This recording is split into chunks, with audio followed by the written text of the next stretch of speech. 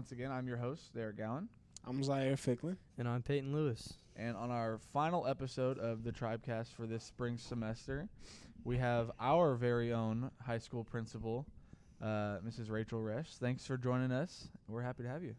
Thank you for inviting me, and don't forget Tiger. Oh, yes. Yeah. We can't forget Tiger. You say anything? Speak. World-renowned therapy He's not allowed dog. to bark. Service. The best school dog ever. So, but anyway, we'll get this started just how we do every podcast. Just tell us a little bit about yourself, where you were born, where you grew up, and then kind of how you got to where you are now. Okay, so I was born in Galion, Ohio. Born and raised there. Graduated from Galion High School. Then I have an older brother and a younger sister, Ryan and Rian. So grew up there, graduated from there, played volleyball, did show choir in high school, and then went to Bowling Green State University for my freshman year of college, but ended up transferring to Ball State University where I finished my undergrad there. I got married, and as I was wrapping up my schooling at Ball State, I was looking for a teaching job. Teaching jobs were actually really hard to come by at that time. They were pretty competitive. And I was coaching volleyball, club volleyball for Mississinewa. And there was a man in the gym. His two little girls were playing club volleyball. You guys might know him. His name's Bob Elson. Yeah. And he was there, and he approached me and said, hey, you're doing a really nice job coaching volleyball. Would you have any interest in coaching varsity volleyball? I was 22 years old, so no, I did not have any experience in that. But I coached with Steve Shondell at Mississinewa, and he was just a phenomenal coach, legendary coach, if you will. And just his connection with Leslie Winter. Leslie was at Burris and knew Steve, and Bob was here at Mississinewa, so really got my foot in the door at Mississinewa. I taught 5th grade when I first came here. I taught 5th grade and coached varsity volleyball for 6 years. Outstanding volleyball program at the time. I absolutely loved every minute of it. And then teaching 5th grade was unforgettable as well. But then I did transition to getting into my master's. I wanted to get into educational leadership. So getting my master's was really time consuming. So I couldn't do both. Mm-hmm. So I did stop coaching to get my master's and moved into more of a leadership type position. So my experience there, I filled in for a minute at RJ Basket Middle School, being an academic coach, and then as an assistant principal. Then I transitioned to the Indian Academy, kind of rebranded our alternative school, which I'm incredibly proud of. Yes. And then moved from there into assistant principal at Mississinewa High School, and now the principal at Mississinewa High School. And that's big where I'm boss. What year did you stop coaching? It would have been, 2015 would have been my last season, I believe. Okay. Do you miss it? I do miss it. What I miss about it is, the teaching. I love to teach volleyball. I think it's just, my nature, and I'm a competitor. I was going to say, you ever seen her on the sidelines at some of the games? She's into it. I'm coaching it. I'm still coaching That's anyway. the one sport she's, super into. Every volleyball game I've been busy doing Tribe TV if I'm there. True. That's true. Very safe. That's safe to say. Safe answer right there. That's a good reason. So, the town you grew up in Ohio, was that a small town, you'd say? It is a small town. We like to say it's kind of the gas city of Ohio. Okay. And when we're in Ohio, we tell people we live in the Galion of Indiana. So very similar. What's it closest to? Galion is about an hour north of Columbus. Okay. And about an hour and 20 minutes south of Cleveland. It's really. I was gonna say I knew you were a big OSU fan. Huge Ohio State fan. So born I and didn't know raised. how close to Columbus you were. About an hour away from Columbus. I'm sorry. That's just. My brother lives in Columbus, but he's a Michigan State fan. Oh, God. So not even Michigan. How do you live in? Interesting. And he wasn't kicked out of town? I don't know. He must have just moved there. Yeah, he did. He moved into Columbus. Yeah, you are Gotcha. not born in Ohio and raised in Ohio and root for anybody but the Buckeyes. That's actually funny you say that because my uncle is a pastor at a mega church in Columbus, Ohio, at Cypress Wesleyan. Okay. And his oldest son, they've been living there their entire lives, and he is a Michigan fan. Two of his sons they're Michigan fans, and I don't get it. Very strange. That's Yeah. insane. Is there a name for Did that he just wanna disorder? be different, or Name for that disorder. I'm telling you, college football season is crazy in that household. So I believe it. So Definitely would be. with being from a small town on both sides, Mhm. what would you say is just some stuff you see positive here that maybe you wouldn't have as much of in a big city, or just some advantages of being from here or someplace like Gallion? So one of my favorite things about my hometown and then now Gas City, and I think it's just unique to small towns, is the schools are the nucleus of life in the community. So we are so well supported by community members that when we have home events, our gyms and our football stadium, we're full. The community takes pride in our schools, and I just feel like having that support allows us to do the good work that we do here.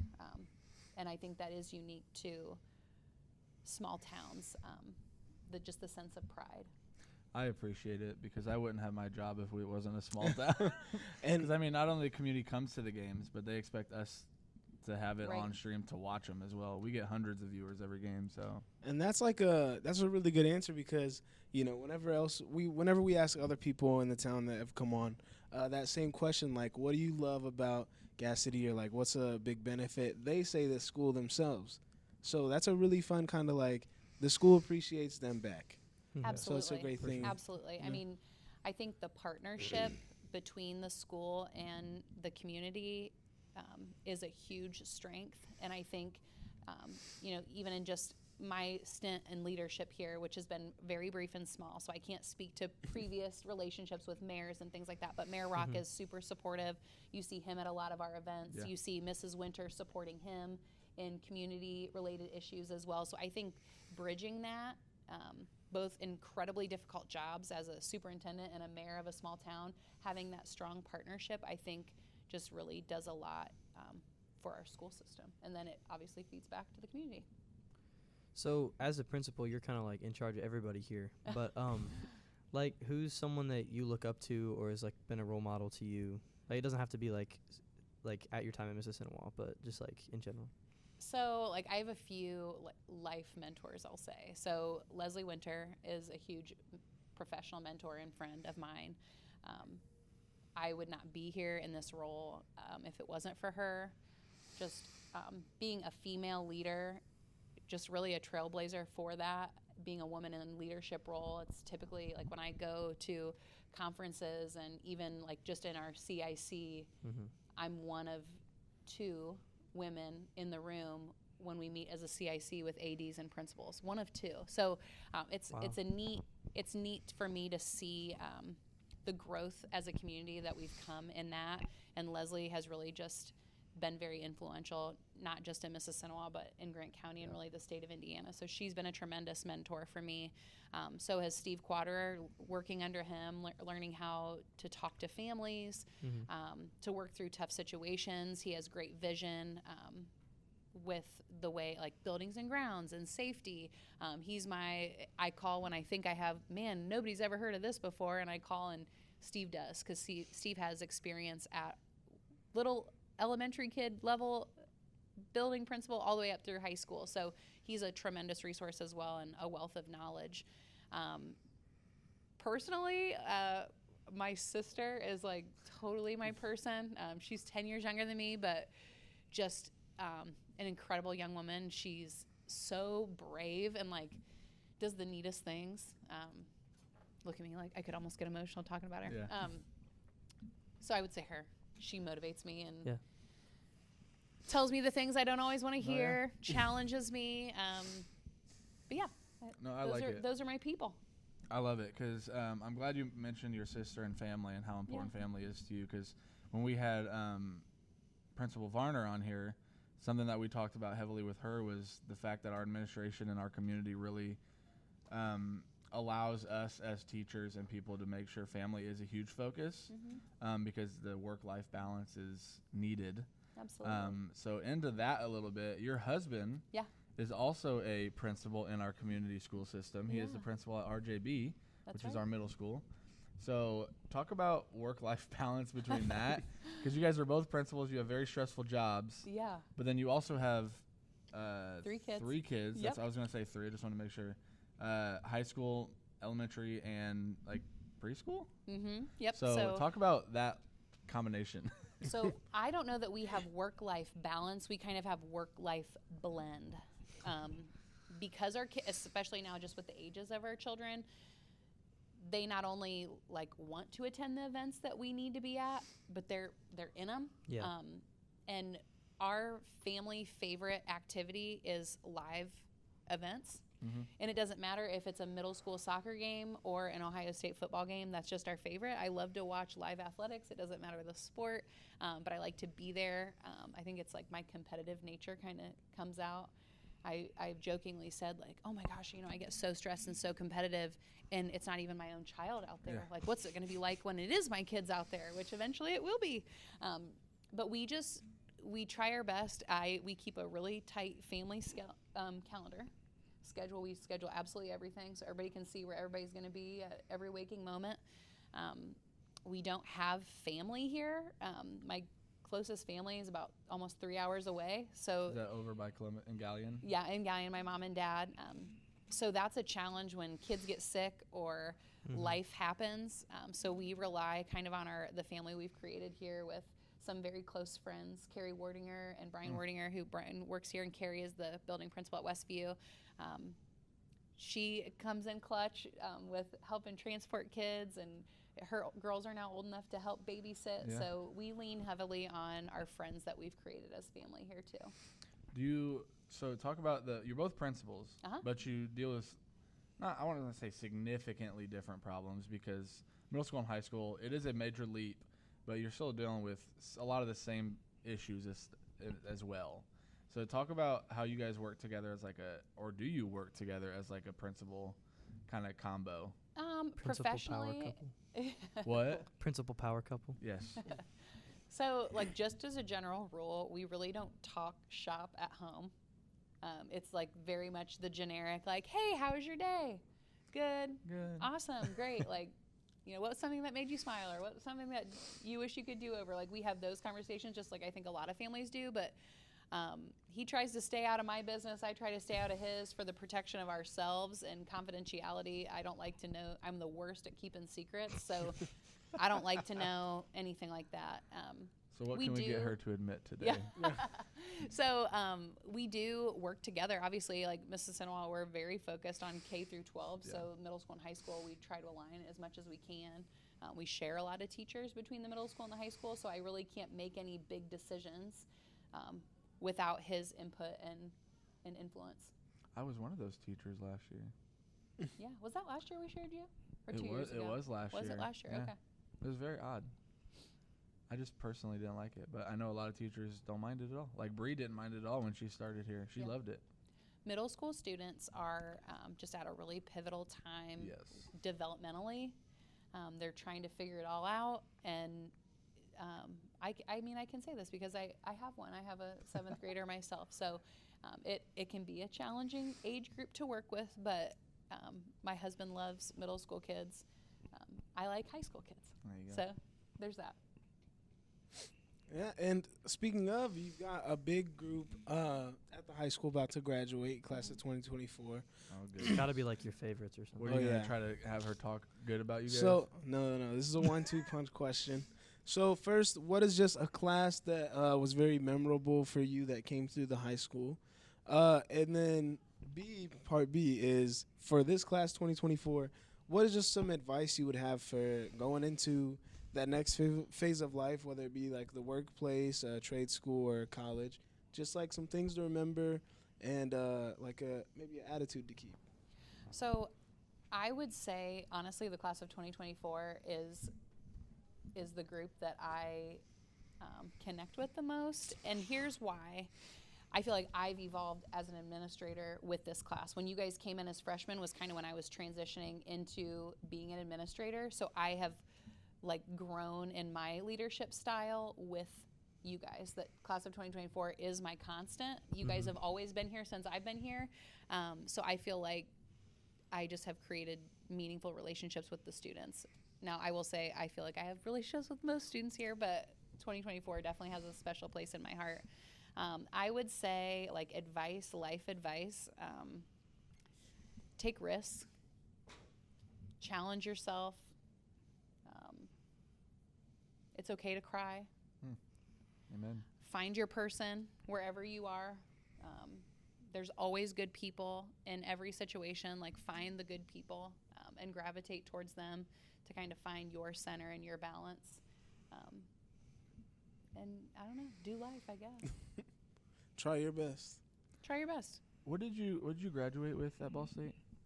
My undergrad, Yeah. elementary education. Okay. Yep. Thought I heard you say that. But Yep. I also felt like I knew that. I feel like I did. Anyway, sorry, kind of off topic there. Speaking of your memories with a class or just as a principal, you've only been principal for Your second year, right? Like officially, like by yourself. Yeah, so Mr. Quater and I were co-principals for about 2 years. And then this year I've been principal on my own. But Yes. I mean, Steve last year in his transition was He wasn't in the building yeah, as much. not as so. much, but definitely my consult and confidant in Yeah. all things. So with that transition and you finally being on your own officially, what has been some of the one or two or whatever you want to say, like some of your hardest challenges in kind of becoming a principal on your own and learning how you want to run things?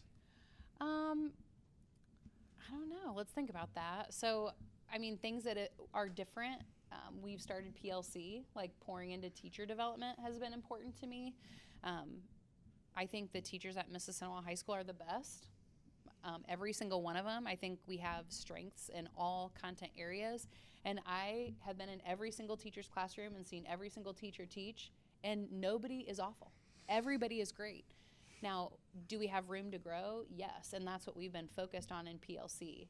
And I think next year, even more so, we'll dive into not just instructional strategies and standards and best practices in teaching, but also classroom management. And I think all of that influence will be something that I take a lot of pride in, for sure. I have high expectations of students. I think kids know that. I feel like I'm very consistent in it. Very rarely do I have kids just walk by me with their hood up. They see me and the hoods come down, the earbuds come out, the belly buttons are covered without me having to say a whole lot, which in a weird teenage way, I think that's like their way of being respectful. Mm-hmm. I prefer they just not do it, but when they see me, they fix it. And I think that's because I have relationships with so many students in this building. Yeah. That was something I transferred here sophomore year. One thing my mom really liked was that on our tour, you like called out like students by name and like had conversations with them, and she just like really loved that like you were like really personal with the students. Thank you. I appreciate that. It's important to me. I mean, I take my role as a building principal very serious. We do life together, guys. 180 days, 7:30 to 2:30. That's a lot. It is a Like, lot. so if I feel like I couldn't imagine doing this work and not deeply caring for and loving the children and teachers that work here. So I jokingly, but kind of half serious, say I mother about 800 kids on all those days. And that's kind of the lens that I use and the mindset that I use, because I feel like if it's not good enough for my kid, then it's not good enough for anybody's kid. And if that behavior isn't good enough for my kid, then it's not going to be good enough for you either. So I do have those high expectations, and I think that's been really fruitful in creating relationships. And that's not a lie, guys. She says that every staff meeting. These are our kids. We love them. So she's not just saying that for the podcast. Thank you, Derek. But let's move away a little bit. What was I going to ask? I forgot the question. But Happens. there's a student I want to talk about. His name is Jackson Ott. Oh. Nothing in particular. What do you think about that kid? Well, I've known Jackson out since I moved to the city of Gas, which was about 10 years ago. And Jackson was just this, believe it or not, little Jackson was little? pipsqueak. He was. Little boy, always played outside. All the Ott kids loved to play outside. Sweet as pie, so respectful. I think he has a very bright future ahead of him. For those of you that don't know, athletically, too. he's standing behind the camera. That's why we're He was saying doing this about- push-ups a little He was bit doing ago. push-ups a little bit ago. That's good. Putting in the work. But you did mention one of your role models, Leslie Winter. Yes. This is her last year. Yes. She's retiring at the end of the year.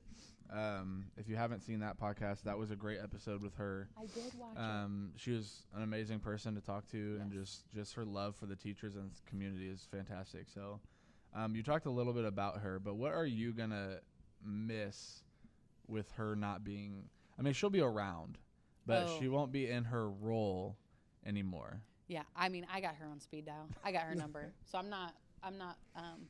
Not losing much. No, I mean, I will still bounce ideas off of her and reach out for advice. I've already, believe it or not, I'm going to say this for record. I've already roped her into proctoring AP exams next year.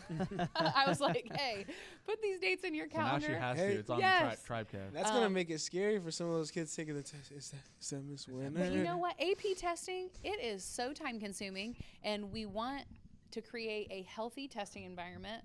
And I don't want to pull teachers from their classrooms because I know kids need their teachers right now. So it ends up being the administrators and the school counselors proctoring all of them. But it's like a half a day to a whole day all the time. Yeah.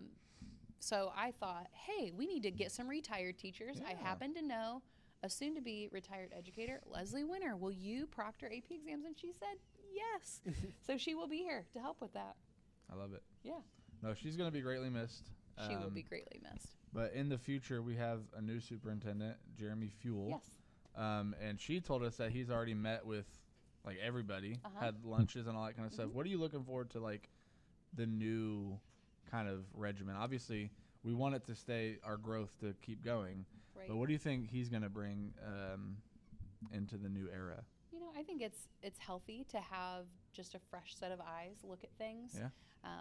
We have met with Jeremy as an administrative team. He's met at every building. So I think, were you here and met? That was the one PLC I could not go to. Okay. So I'm the only teacher that hasn't met him yet. But so yes, he's met everybody. He's excited to start his work here at Mississinewa.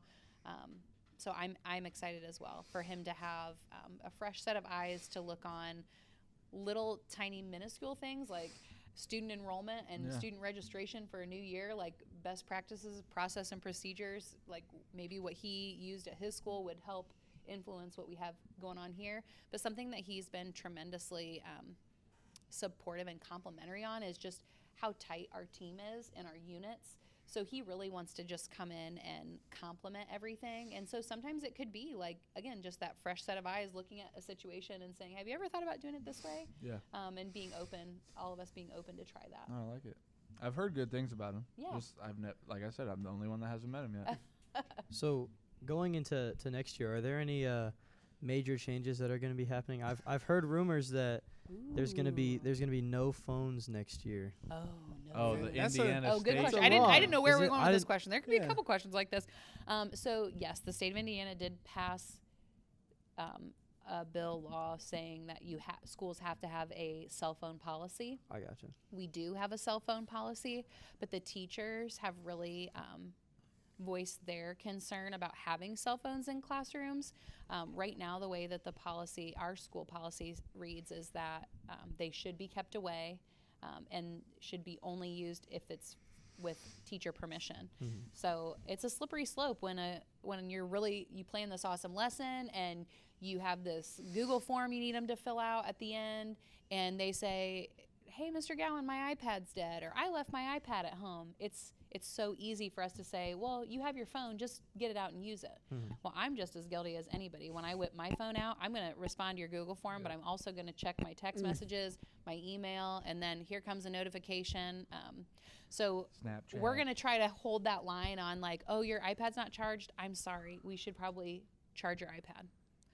Or, oh, you'll have to do this assignment now, or at a different time. So there is going to be some tighter restrictions with cell phone use, but that's something that, again, we do everything K through 12. That's something that we're going to really dive into this summer as an administrative team too, to see what we need to adjust, maybe some verbiage. But yeah, cell phones is a big hot topic at the moment. We're going to have a basket at each door, like I do in class. You have to put your cell phone in at the beginning of school. I'm just kidding. That would be crazy though. Have tears in my eyes. Some schools have gone pretty extreme. They have. The yonder Eastbrook, pouches and they're everything. not allowed to have any phones out. Hey, but there are teachers in this building that have that same exact line. And I'll tell you, as from a principal who gets every single log entry, the log entries are heavy and often in August and September, and then it's like randomly every once in a while because kids figure it out. You guys are smart, and you need to learn. I think cell phones are an incredible tool, but you have to learn when is it appropriate to be on it. Mm-hmm. Would it be appropriate or offensive right now if I just got my phone out and was scrolling? Yeah. Probably be a little offensive. Right? Kind of comes across as rude, like I'm not engaged. And who knows, maybe there's a fire in the cafeteria. I don't even know right now because you have my full attention. So I think it's healthy and good for kids to learn. You need to be present. You need to be engaged. Yeah. So it's a slippery slope. Let's hope there's not a fire in the cafeteria. Let's hope not. Right. I don't think so. I think we know. Like It's ham sandwich. Bad example. We would have got a school guard notification right. about that. That's right. It's ham sandwich day. I imagine it'd be pretty hard to start a fire making ham sandwich. call. Okay, one more question before we get to our rapid fire stuff. Okay. Oh goodness. Okay. Yeah, be scared. This is also a secret. Well, not a crazy secret, and you can not answer it if you want to. Okay. But every 2 years since my wife has started, which is now her 6th year, the schedule has changed. Ooh. That's where I thought you were leaving. And this is another 2-year mark. And I know we poll the teachers every year what they're going to do. Mm-hmm. Do you have any update on block, I 7 do. periods? I do. What the plan is for next year? So I'm no different. So when I was at the high school, we had 7-period bell schedule. And then this horrible thing happened, pandemic, and we changed to a block schedule. Mm-hmm. And then we were really split decision on block and moving back to traditional because there's perks and benefits to both. So we've done this blend of the two. But there's still some things like teachers want touches every day. Yeah. They don't like going that one day without it. Teachers like the ish period. The ish period is something I can't imagine living without. COVID now that taught you've us, had it for a while. Yeah, It's COVID great, taught us that we need to be connected to our students. They need to have a person in the building. And for a lot of kids, their person is their ish teacher, and they may never have them in an academic setting, but that's their adult that they've had for potentially 4 years. Yeah. I know some people, your ish teacher, she's your person, right? I know, and I actually, both of his ish teachers. It's funny. I switched to Miss Gown's ish. I denied this until now. This is a big revelation. I had went in there to turn in a late assignment because I had her World History AP, and I go in there and everybody's having donuts. They're passing around donuts. Everybody's partying, and I'm like, what's going on? Yeah, it was Nolan Quadra's birthday, and I was like, I need part of this. I made an email to Mississinewa same hour, and I was in there the next day. And, That's awesome. Ish really is a great. Was that your freshman year? Yeah, freshman year, and nice. It's a really great time to get kind of stuff done, talk things out, and let's say you do have everything done, and you just get to take a breather, relax. If you're the Adrian Jeter, you're going hard 26 hours a day. You need that, that ish period, whether or not it's, taking a moment just to sit back and look over everything you've done that day, or just to kind of relax. So another it was Mr. Q, it was really his brainchild after COVID, but something else that we saw were kids taking very ambitious course loads, and that didn't always allot for a study hall. Mm-hmm. Even if you needed it, they were students were scared to say I want or I need a study hall because they wanted to take all the things. Yeah. So ish more or less forces a study period, 1 day a week. Right now it's for 90 minutes. Could be a little bit different next year, but it's just something.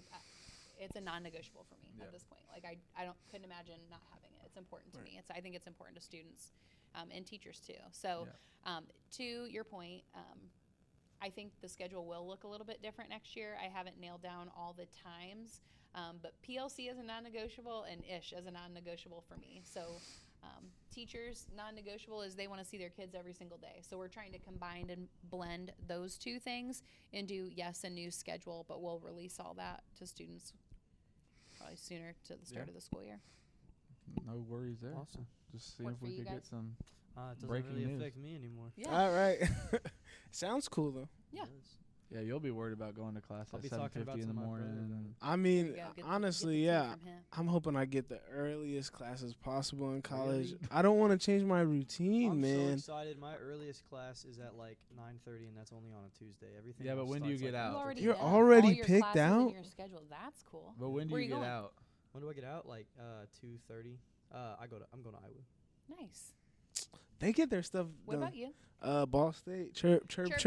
Yeah, Oh Hey, my goodness, okay. here we go. yeah. That's exciting. I know. So Iowa doesn't have a chirp thing that I could do to you, They Peyton. don't have but- a Roar. chirp, but I don't they know. are great as well.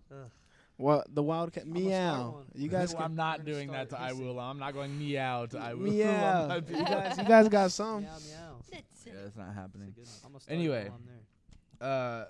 So let's move into our rapid fire questions. We just like to shoot some questions off the hip. This is Give us your first answer. They're normally Um, not too serious. No, they're not serious It's at all. Like pretty our first one, we serious. always start out with is, what's your favorite breakfast food item? oatmeal. Oof. Love oatmeal. Okay. But I a rarely good eat pick. breakfast. I don't Not a eat breakfast breakfast a whole lot person. either. Makes sense. No, I don't ever have time. I need breakfast, otherwise I cannot focus on anything else. I'd be thinking, oh, I'm too hungry. Typically coffee for breakfast, but if I'm gonna have a breakfast food, oatmeal. What's the best book you've ever read? The Noticer. Who is your favorite superhero? Batman.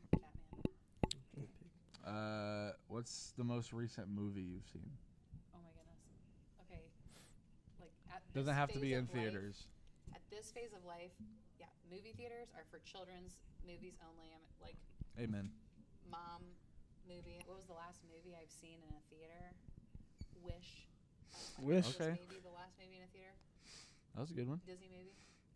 That's a minute. Movies is where I'm at, guys. That's a minute ago too. That was like the last kids movie I can think of. I can't even think of if I've been to a different movie since I think, then. yeah, I don't know. Yeah, we watch movies at home. Like It's so much easier now. Disney Plus is just releasing them like 2 weeks after nowadays, so it doesn't that's what I'm even. saying. Didn't even gotta go anywhere. What about best Mexican restaurant in Grant County? Oh man, that's There's a only tough like one. ten to choose from. So Right. no, That's why it's a good question. So I love La Cascada's salsa. Okay. Mhm. I love it. And now that we're talking about it, now I feel like Taco Tuesday could be a possibility at the Resch household.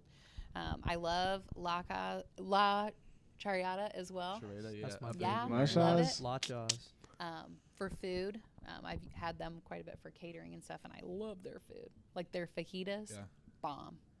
Also, the Tacos No Mas, just in Gas City, their main building shut down, but now they have a food truck opening soon. Nice. that's fun. That's good to know. Yeah. it Because is. I love Abel Garcia with Tacos No Mas. Yeah. He's a huge Mississinewa supporter. the We appreciate 'em. the Gas City place to say is Casa Grande. Casa Mr. Grande is a Elson- good one. Casa Elson's Grande are, is For sure. Family there. But my Casa Bravo.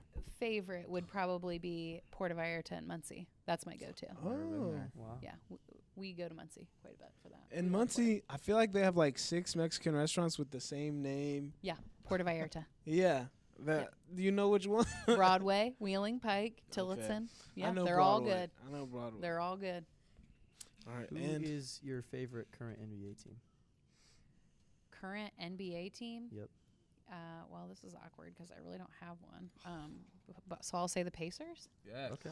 Okay, my Just daughter made it to the is like semifinals. huge in the NBA. Loves it. Pacers? Is an expert. All of them. She knows everybody's Sixers? stats. She watches the games. I jokingly say she's the Aaron Andrews of the NBA. Wow, okay.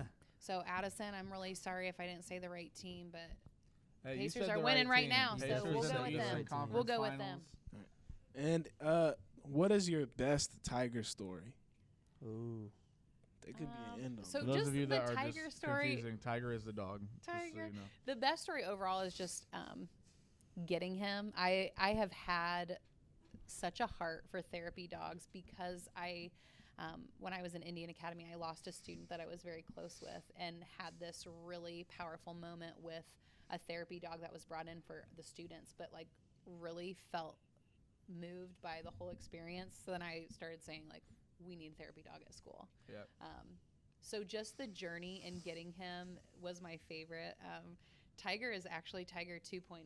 So the very first, this is like insider information. You ready for this podcast? He's a replacement. So He's a clone. the original Tiger, that was Tiger, his real name is Morton. The name that he had at the breeder was Morton. He was named after a steakhouse. The litter was named after a steakhouse. But the original Tiger's name was Tiger, and we picked him and thought he was great. But dogs have to go through very intensive training and examination, like test. So the original Tiger went, and our trainer, Erica, who trained Tiger, she went to do his assessment, and she said, Rachel, this dog really shouldn't be a school therapy dog. Like, he's just not going to cut the mustard. So I had already, like, fell in love with the name. So I went, and I was there when they did the assessment with this dog, Morton. And he passed with flying colors, did so good. And I was like, can we just call this dog Tiger? So we jokingly, between Erica knows Tiger 2.0, but and very few other people. But he is Morton now. Yeah, that's his middle name, Morton. So what happened to So the other original dog, Tiger? just he went to be somebody's pet. But the thing about therapy dogs, they have to be really, really resilient. I mean, like, Tiger has to be able to get his tail stepped on and paws pinched and react. And it's okay if they say, like, ooh, you know, that hurts, but then they still have to love and want to continue to go back. They can't be fearful. So that was where that dog struggled, was the fear period, where if I pulled Tiger's tail, he's like, well, like, I don't know that I like that, but I still love you. Yeah. Like, No grudges held with yeah, Tiger. School therapy dogs are very, very special. And we in love that way. Tiger. Yes, he's a good boy. I think that's all we have. Do you have anything for us? Well, I am certainly a huge fan of Tribe TV. I've loved being able to watch it grow and evolve based on, it's truly student led. Like, it's obviously the Tribe TV piece where you're streaming live events has been around for quite a while, but I think this podcasting is really cool. And I think that was your idea. Like, hey, let's try this and see how it goes. And I can't wait to see what comes next with our Tribe TV, our future with Tribe TV. You're a fan even after we made that show saying you were trying to shut us down with Miss Schnapp. the sitcom. Oh, the sitcom. The whole plot. Sitcom. That wasn't real. Hey. The people out there might think it is. Spoiler alert. Spoiler alert. That was not real. WWE isn't real either. Hey. Now we're getting controversial here. Right when we're trying to end. But anyway, thank you so much for joining us. Yeah, it was great. This is our final episode of the spring semester. Coach Brooks has actually agreed to hop on for the summer to help continue the podcast over the summer. We have Mayor Morrell coming on the podcast. Wonderful. And my favorite so far is Pacers television broadcaster Chris Denary Nice. Ooh. from Indianapolis has agreed to jump on the podcast. So that'll That's be really fun exciting. as well. So Well, thank you so much for having me. yes, I thank you for appreciate being here. Alright, And awesome. we will see you guys in the summer. We won't. They won't. We We're gone. I will see you in This the is summer. our last one. This is their last one. They were graduating. So Oh, bye class of bye. 2024. Well done. Yes. Peace Well out. done. Well done. See you guys.